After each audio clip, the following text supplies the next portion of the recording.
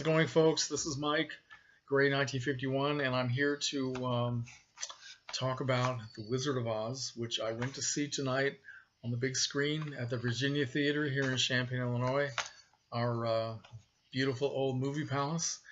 And I just wanted to talk about the experience. I don't think there's anything left that could possibly be new or innovative to say about The Wizard of Oz. Certainly not coming out of my head, but just to talk about the experience of going there and just as a fan of the movie. And of course, I've seen this movie so many times, going all the way back to the 1950s when it was on TV every year. And of course, in my family, as I've said in my videos about growing up, we only had black and white TV until 1968. So for me, the experience of The Wizard of Oz was always just totally in black and white until later on. But I still love the movie. I didn't feel like we were deprived at all. And I've been lucky enough to see it on the big screen now. I believe this was the third time. And yeah, I think it's been 3 times altogether. And of course, whenever you see something bigger than life, it comes to life in a completely different way, even if you've seen it many, many times. So this is something I'm very grateful to have the opportunity to do this. I go to see these revivals every chance I get, and even if it's something that I've seen many times, just to get that experience and just kind of savor it. So anyway, of course, this copy the DVD copy I have of The Wizard of Oz, I've had quite a while. It's a snap case, so that can give you an idea of how old it is. But I don't know. I haven't felt the need to upgrade. This has lots of extra features. Maybe at some point I will get maybe a Blu-ray copy or something, but that's a very good copy, so I'm quite happy. So let me talk about the experience tonight of seeing The Wizard of Oz. The theater was jammed, lots and lots of kids, which I knew was going to make it fun. Maybe a little bit irritating. Well, no, it wasn't. I was afraid it might be very talkative and a lot of kids, screaming and crying. But actually, this was one time when it didn't bother me because it seemed appropriate that kids would be reacting and having a good time watching this movie. So I actually enjoyed it. And this was one of the first times I can remember ever, really, when the lights started to go down before the movie started, everybody started to applaud. I was so surprised. They were so excited just about the lights going down, getting ready for the movie.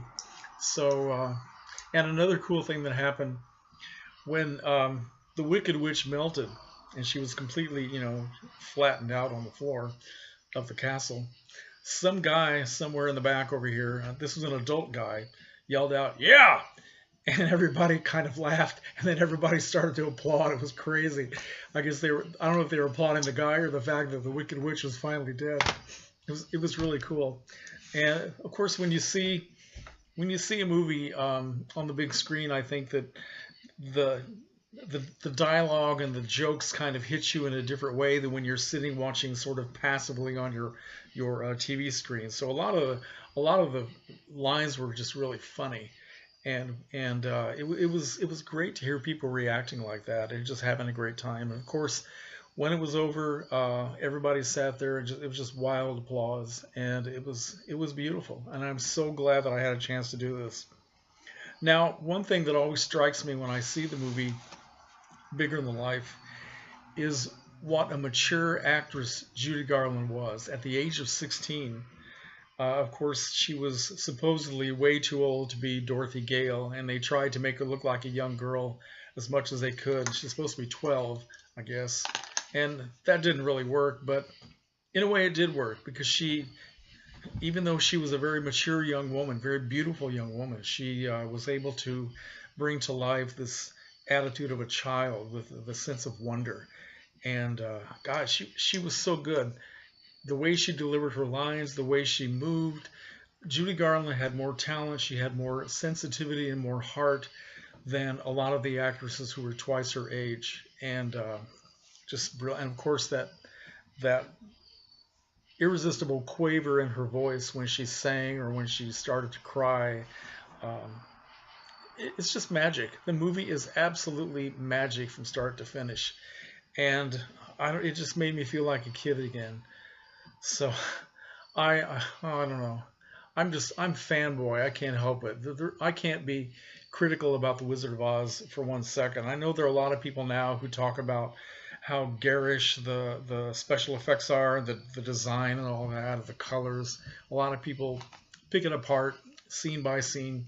I can't do that. I don't want to do that, and I don't want to hear anybody else do it. I just don't understand why some people go to see films like this if they want to just be totally critical and not just get into the magic, because that's what seeing The Wizard of Oz is every time that I see it, even if I watch it at home in the quiet of my own room. And I dare you not to start crying at the end when Judy Garland looks well. She doesn't look directly at the camera. She's looking at Annie M. and she says, "Oh, Annie M, there's no place like home." And I dare you not to cry. I don't think you can do it. I couldn't do it. So